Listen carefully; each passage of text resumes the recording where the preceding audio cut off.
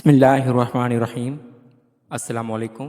Spirit of Islam channel میں ایک بار پھر خوش آمدید۔ عزیز طلبہ، گزشتہ کلاس میں ہم نے سندھ بورڈ کی 11ویں جماعت کی اسلامیات کے لیکچرز کے سلسلے میں باب اول کے حصہ بے کے سبق منتخب آیات کا ترجمہ و تشریح کے سلسلے میں سورۃ البقرہ کا تعارف اور سورۃ البقرہ کی آیت 1 تا 7 کے ترجمہ و تشریح کو سمجھا تھا۔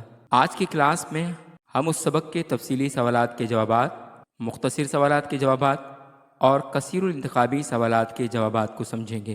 اس سبق کا تفصیلی لیکچر ہم نے پہلے ہی اپلوڈ کر دیا ہے۔ اگر آپ نے وہ لیکچر نہیں دیکھا تو اس کا لنک آپ کو ڈسکرپشن میں مل جائے گا۔ آپ اس لیکچر کو دیکھ لیں گے تو سوالات کے جوابات کو سمجھنے میں آسانی ہوگی۔ تو چلیے چلتے ہیں سبق کی طرف۔ میں درج ذیل سوالات کے تفصیلی جوابات لکھیے۔ اس کا پہلا سوال ہے، درج ذیل آیات میں سے کسی بھی ایک آیت کا ترجمہ و تشریح لکھیے۔ یہ آیت کریمہ ہے، الذین یؤمنون بالغیب ویقیمون الصلاۃ ومما رزقناہم ینفقون۔ اس کا ترجمہ ہے، وہ لوگ جو بغیر دیکھے ایمان لاتے ہیں اور نماز قائم کرتے ہیں اور ہمارے دیے ہوئے رزق میں سے کچھ ہماری راہ میں خرچ کرتے ہیں۔ یہ اس کا ترجمہ ہے۔ چلتے ہیں اس کی تشریح کی طرف۔ سب سے پہلا پوائنٹ ہے، وہ لوگ جو بغیر دیکھے ایمان لاتے ہیں۔ اس سے مراد اللہ اور اس کے رسول پر ایمان لانا ہے، حالانکہ کوئی شخص جسمانی طور پر خدا کو نہیں دیکھ سکتا۔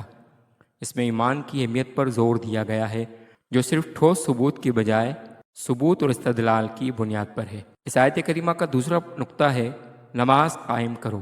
اس سے مسلمانوں کے لیے نماز کی باقاعدہ اور واجب عبادت کے طور پر اہمیت پر روشنی پڑتی ہے۔ یہ اللہ کے ساتھ براہ راست تعلق ہے۔ اس آیت کریمہ کا تیسرا نقطہ ہے، جو رزق ہم نے انہیں دیا اس میں سے کچھ خرچ کر دو۔ اس سے مراد زکوٰۃ ہے، جو اپنے مال کا ایک حصہ ضرورت مندوں کو دینا ہے۔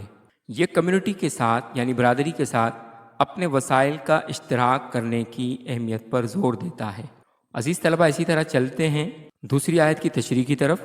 ان الذین کفروا سواء علیہم اانذرتہم ام لم تنذرہم لا یؤمنون۔ اس کا ترجمہ ہے، بے شک وہ لوگ جن کی قسمت میں کفر ہے، ان کے لیے برابر ہے کہ آپ انہیں ڈرائیں یا نہ ڈرائیں، یہ ایمان نہیں لائیں گے۔ اس کی تشریح میں پہلا نقطہ ہے، بے شک جن کا مقدر کفر ہے۔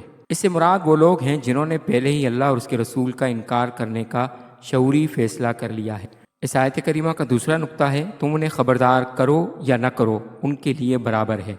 اس کا مطلب یہ ہے کہ اس سے قطع نظر کہ نبی کریم صلی اللہ علیہ وآلہ وسلم یا ان کے پیروکار ان کافروں کو ان کے کفر کے نتائج سے خبردار کریں یا یاد دلائیں، اس سے ان کے ذہنوں میں کوئی تبدیلی نہیں آئے گی، وہ اپنے کفر پر ثابت قدم رہتے ہیں۔ اس آیت کریمہ کا تیسرا نقطہ ہے، وہ یقین نہیں کریں گے۔ یہ ان افراد کے لیے حتمی نتائج کی تصدیق کرتا ہے جو اپنے کفر پر قائم رہیں گے۔ عزیز طلبہ، اس کے بعد چلتے ہیں کتاب میں موجود اس سبق کے مختصر سوالات کے جوابات کی طرف۔ درج ذیل سوالات کے مختصر جوابات لکھیے، جس میں پہلا سوال ہے، سورۃ البقرہ کا مختصر تعارف بیان کریں۔ اس کا جواب ہے، یہ قرآن کریم کی سب سے لمبی سورت ہے۔ اس کی آیات 286 ہیں۔ اس میں اس گائے کا واقعہ مذکور ہے جسے ذبح کرنے کا حکم بنی اسرائیل کو دیا گیا تھا۔ اس لیے سورت کا نام سورہ بقرہ ہے، کیونکہ بقرہ عربی میں گائے کو کہتے ہیں۔ سورت کا آغاز اسلام کے بنیادی عقائد یعنی توحید، رسالت اور آخرت کے بیان سے ہوا ہے۔ اسی ضمن میں انسانوں کی 3 قسمیں یعنی مومن، کافر اور منافق بیان کی گئی ہیں۔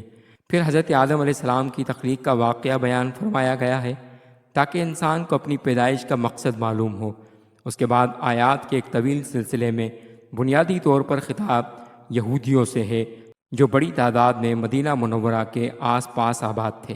ان پر اللہ تعالیٰ نے جو نعمتیں نازل فرمائیں اور جس طرح انہوں نے ناشکری اور نافرمانی سے کام لیا، اس کا مفصل بیان ہے۔ پہلے پارے کے تقریباً آخر میں حضرت ابراہیم علیہ السلام کا تذکرہ ہے، اس لیے کہ انہیں نہ صرف یہودی اور عیسائی بلکہ عرب کے بت پرست بھی اپنا پیشوا مانتے تھے۔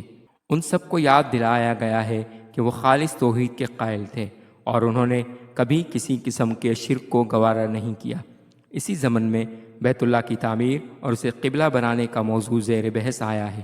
دوسرے پارے کے شروع میں اس کے مفصل احکام بیان کرنے کے بعد اس صورت میں مسلمانوں کی انفرادی اور اجتماعی زندگی سے متعلق بہت سے احکام بیان فرمائے گئے ہیں، جن میں عبادات سے لے کر معاشرت، خاندانی امور اور حکمرانی سے متعلق بہت سے مسائل داخل ہیں۔ عزیز طلبہ، اسی طرح سے مختصر سوالات کے جوابات میں سوال نمبر 2 ہے، حروف مقطعات کیا ہیں؟ اس کا جواب ہے حروف مقطعات قرآن مجید میں استعمال ہونے والے وہ عربی ابجد کے حروف ہیں جو قرآن کی بعض صورتوں کی ابتدائی آیت کے طور پر آتے ہیں، مثلا الف لام میم را وغیرہ۔ یہ عربی زبان کے ایسے الفاظ نہیں ہیں جن کا مطلب معلوم ہو، ان پر بہت تحقیق ہوئی ہے مگر ان کا مطلب اللہ اور اس کے رسول کے سوا کوئی نہیں جانتا۔ اسی طرح سے سوال نمبر 3 ہے، قرآن مجید کن لوگوں کے لیے ہدایت ہے؟ اس کا جواب ہے قرآن مجید ان لوگوں کے لیے ہدایت ہے جو ان 5 صفات کے حامل ہوں۔ نمبر 1، ایمان بالغیب لاتے ہوں۔ نمبر 2، نماز قائم کرتے ہوں۔ نمبر 3، اللہ کے دیے ہوئے مال میں سے خرچ کرتے ہوں۔ نمبر 4، قرآن مجید سمیت تمام آسمانی کتابوں پر ایمان لاتے ہوں۔ نمبر 5، آخرت پر ایمان رکھتے ہوں۔ عزیز طلبہ، اس کے بعد کتاب میں موجود اس سبق کے کثیر الانتخابی سوالات کی طرف چلتے ہیں۔ درست جواب کے سامنے ٹک کا نشان لگائیے۔ پہلا سوال ہے، بقرہ لفظ کے معنی ہیں؟ آپشن الف بھینس، آپشن بے بکری، آپشن جیم بھیڑ، آپشن دال گائے۔ اس کا درست جواب ہے آپشن دال گائے۔ دوسرا سوال ہے، سورۃ البقرہ کی آیت نمبر 2 کے مطابق قرآن مجید پرہیزگاروں کے لیے ہے؟ آپشن الف رحمت، آپشن بے برکت، آپشن جیم شفاعت، آپشن دال ہدایت۔ اس کا درست جواب ہے آپشن دال ہدایت۔